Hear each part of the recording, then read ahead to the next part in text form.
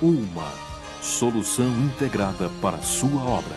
Construction Expo 2013, Segunda-feira Internacional de Edificações e Obras de Infraestrutura. Começa agora o Construção Hoje Notícias e hoje você vai ver entrevista com Jorge Samek, diretor-geral de Itaipu. Evento discute planejamento para redução de acidentes de trabalho em altura. Essas e outras informações você vê agora.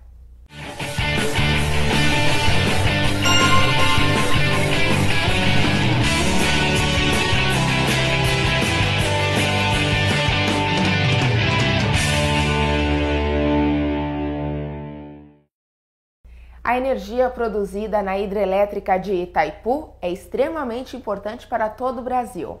Em entrevista ao CHN, Jorge Samek, diretor-geral de Itaipu, fala um pouco mais sobre esse que é um dos empreendimentos mais significativos para o país. Itaipu iniciou e completou a sua primeira fase industrial no ano de 1991, com 18 unidades funcionando. 1997, 98, você resolveu ampliar mais 2 unidades geradoras. Já estava previsto naquele projeto original, iria funcionar com 18, mas até com possibilidade de ampliar mais 2. A partir do momento que começou de se regular melhor o Rio Paraná, que recebe água de Brasília até aqui, à medida que foram construindo novas unidades geradoras nesses rios e outros rios que abastecem esses, nós chegamos a um nível que hoje temos 45 unidades geradoras a montante de Itaipu. Por isso que a gente tem essa produção monumental o ano inteiro, porque nós recebemos essas águas que são reservadas em cada uma das unidades para fazer o seu funcionamento. Isso melhorou a posição e aí viabilizou a implantação de mais 2 unidades. Hoje Itaipu tem 20 unidades. Aqui são feitas manutenções semestrais, anuais, bianuais e quadrianuais. Cada ano que você passa, você vai vendo essas ampliações de produção, isso se deve a vários fatores. A primeira, a economia tem que ter aquecida, tem que ter consumidor de energia. Qual um fator extraordinário para medir um desenvolvimento econômico? É o consumo de energia. E de 2011 para 2012 cresceu quase 5%. E a perspectiva de crescimento para esse ano é maior. Já teve anos e mais anos que Itaipu tinha energia, mas não tinha consumidor. Tem o segundo fator, tem que ter água. E aí eu repito, não é água aqui, é água em Minas Gerais, é água em São Paulo, é água em Goiás. Terceiro, aí é nosso. As máquinas e a linha de transmissão estarem em perfeita condição. O operador nacional do sistema piscou lá, nós imediatamente temos que estar atendendo. Porque a nossa usina é fio d'água, tem a função de ter a queda. Nossa barragem tem 8 quilômetros. Do ponto de vista da engenharia, no mundo, não tem lugar que tenha um rio tão regulado, uma queda tão acentuada e tão próxima das regiões de consumo como Itaipu. Então é isso que dá essa performance da gente poder estar com esses recordes. Estamos na expectativa de chegar em 100 milhões de megawatt-hora. Esse é o grande desafio dessa diretoria técnica. Para isso a gente tem que ir aprimorando cada vez mais nossos processos de poder transmitir a energia. Agora estamos para o Paraguai fazendo uma linha de 500 kV, fruto de recursos do FOSEM, que é um fundo de convergência do Mercosul, que é a primeira grande obra estruturante do Mercosul. Vamos entregar essa obra até agosto energizada, está dentro do cronograma. Então eu entendo água, entendo consumo, a nossa parte nós vamos fazer. E esse ano que passou nós já beiramos os 100 milhões, 98,3 megawatt, foi uma produção assim extraordinária. E com isso mantivemos o primeiro lugar do mundo em produção de energia. Como o sistema hoje está todo interligado, você faz os reservatórios andar sem sair do lugar. Você transmite energia e com isso para o sistema como um todo, através do operador nacional do sistema, você pode dar uma eficiência muito maior. Esse processo de interligação nacional deu um ganho de 20% na nossa produtividade. Em outras palavras, em 2001, quando ocorreu o racionamento, se tivesse a rede toda ela interligada, não teria ocorrido o racionamento. Sobrava energia na região sul, mas não tinha como transportá-la. E isso é uma coisa que basicamente também está superada. Itaipu é fruto de um tratado entre Brasil e Paraguai, tem um regramento próprio, e ela trabalha sem lucro nem prejuízo, trabalha pelo preço de custo. Só que Itaipu, para ser feita, toda ela foi feita com financiamento. Para fazer esse financiamento na época, que foi se buscar dinheiro em tudo que lugar do mundo e também no Brasil, foi a Eletrobras que se endividou com o aval do Tesouro Nacional. Era uma dívida, eu estava fazendo um empréstimo. Como é que eu ia pagar esse empréstimo? Com a própria produção de energia. Então essa empresa chamada Itaipu tem 3 grandes obras de engenharia. Tem uma de engenharia jurídica, que dá substância e segurança jurídica para o seu funcionamento, mesmo tendo 2 países de língua diferente, cultura diferente, moeda diferente, história diferente, economias diferentes, viabilizou um empreendimento dessa magnitude, o maior do mundo, feito em 2 países em conjunto. A segunda foi a obra de engenharia econômica. Como é que eu vou pagar isso aí? Você vai pagar com a própria geração de energia. E por isso o tratado tem no seu anexo C, que é a sua base econômica, 50 anos, que vence em fevereiro de 2023. Em fevereiro de 2023, Itaipu termina de pagar toda a dívida que fez durante seus primeiros 17 anos. Hoje, isso representa, no nosso custo, 64%. Juros e dívida representam 64% do preço da nossa tarifa, que é de $37 megawatt-hora aqui no pé da usina. Itaipu tem que pagar a dívida para quem? Para a Eletrobras e para o Tesouro.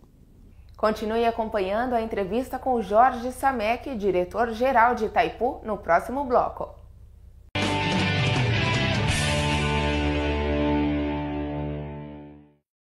Pensando em você, que vive navegando entre uma obra e outra, a Sobratema desenvolveu a revista Grandes Construções para tablets e smartphones.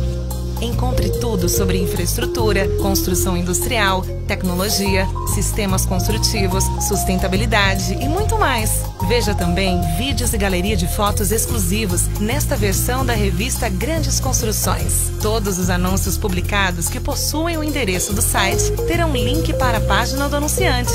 Acesse www.grandesconstruções.com.br. Revista Grandes Construções. Notícias e fatos relevantes para a comunidade da construção.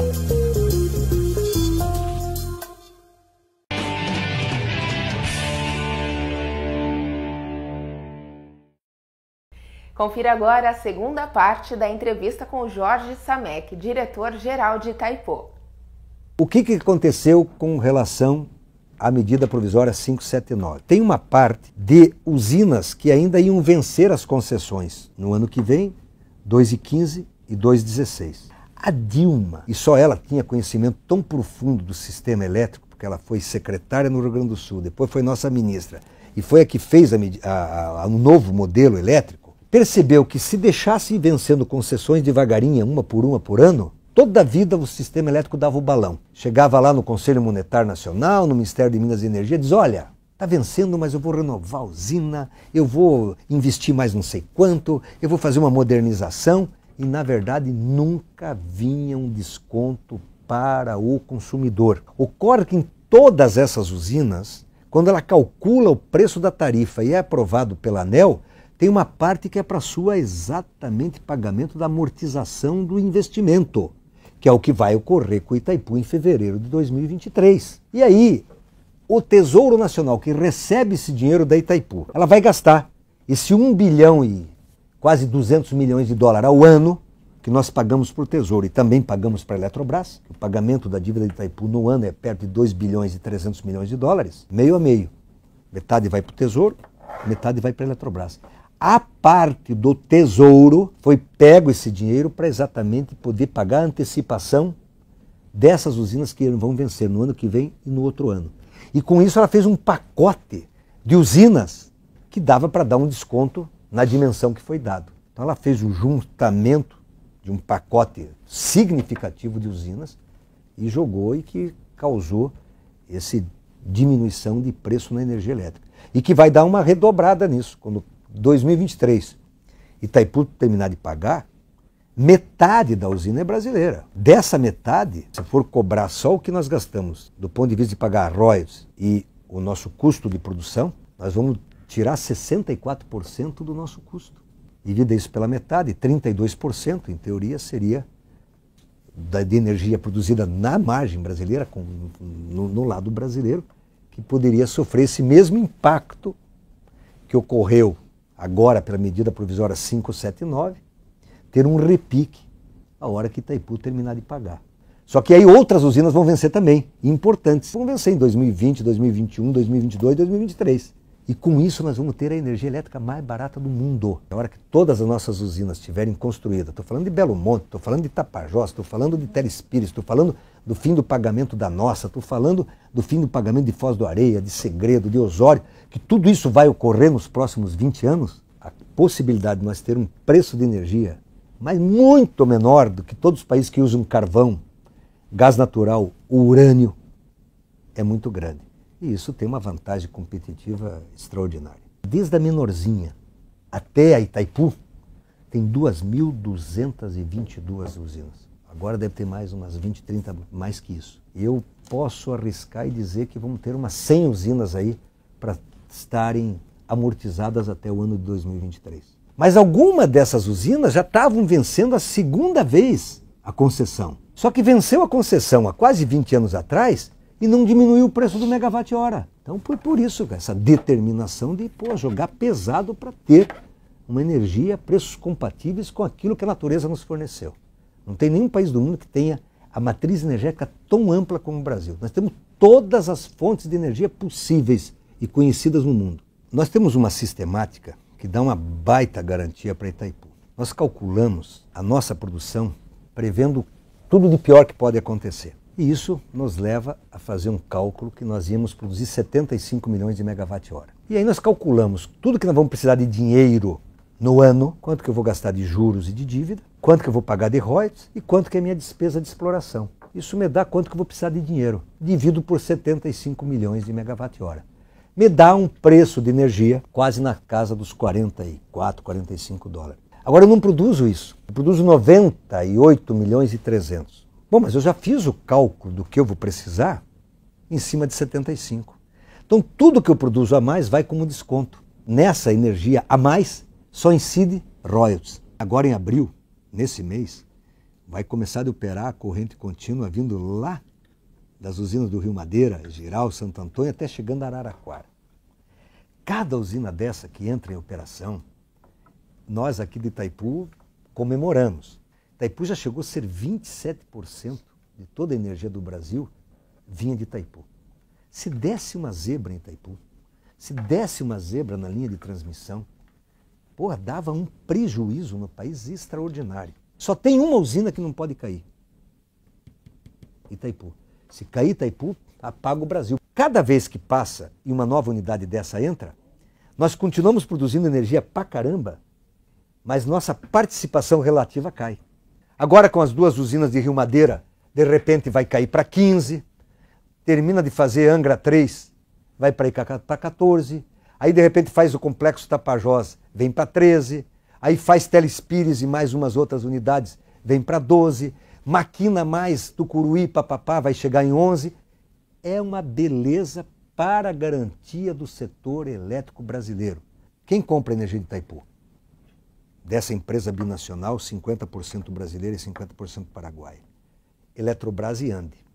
Então, se o Paraguai usa, que nem hoje, 10% de toda a energia consumida, produzida na Itaipu, automaticamente 90% é comprada pela Eletrobras. Total de que nós gastamos em Itaipu foi 27 bilhões de dólares. Aí começa a vir juros, né? E nós vamos continuar pagando 2,3 bilhões até 2023. Em 13 anos vamos ter que fazer o dobro do que nós temos hoje de potência instalada. Isso prevendo um crescimento entre 4% e 5% ao ano, direto. Nós aproveitamos até agora 34%, 35% do nosso potencial hidráulico. Então tem ainda um potencial hidráulico grande. Nós estamos com 110 mil mega de potência instalada e vamos ter que chegar em 200 e qualquer coisa. Então uma parte disso, grande, vai ser através da hidráulica. Depois a segunda grande fonte que vai crescer muito é a cana. Aí depois entra as eólicas. Estamos trabalhando com energia, prevendo sempre um olhar, porque leva 5, 6 anos, algumas usinas 10, outras 2. E tem obra para mais de metros, quase 300 usinas sendo construídas no Brasil. Tudo isso exatamente para ter tranquilidade que vai ter energia suficiente. Veja a seguir, sobre a Temo Workshop discute a importância do planejamento para a redução de acidentes em trabalhos em altura.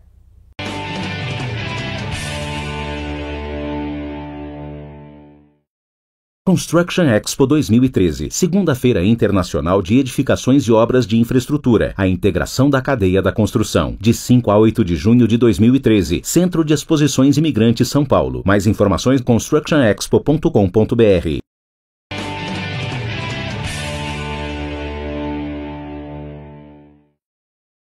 No início do mês aconteceu o Sobratemo Workshop, que discutiu a importância do planejamento para evitar e até reduzir os riscos de acidentes em trabalhos em altura. Todo acidente ele é multicausal, ele é uma série de fatores, só que um dia tem um piripipim, tem um diferencial, algo novo. É o vento, é a chuva, o operador que está mais cansado, a máquina que surge um novo problema e aí a gente tem um acidente. Então assim, na verdade não existe um acidente por uma causa única, é uma sucessão de erros que naquele dia tem a gota d'água é naquele dia. A NR35, ela vem dar um respaldo maior em termos de aspectos legais, né, aspectos normativos para o trabalho à altura.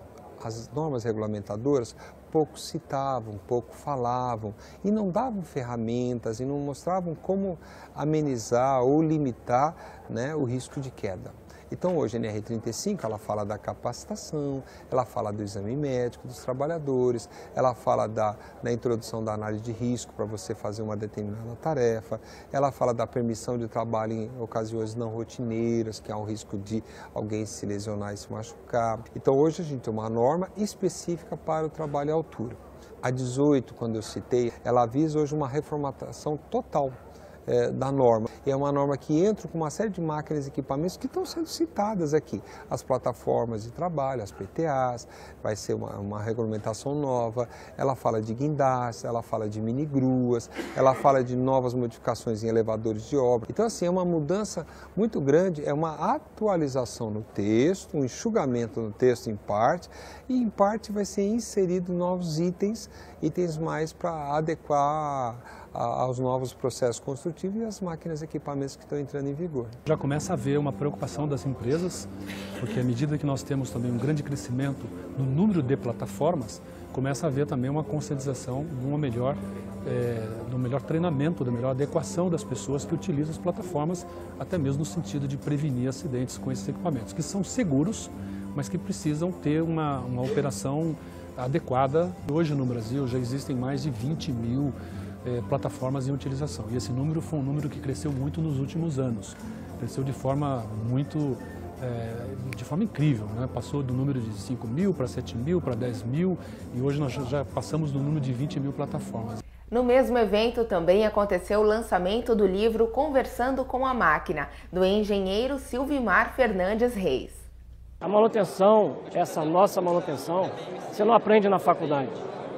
Então, muita coisa ela vem da prática, da vivência, do aprendizado, busca de novas tecnologias. Então, isso aí só com o tempo que você consegue acumular. E foi mais ou menos essa a ideia de escrever o livro. São 35 anos de prática, de trabalho, de campo.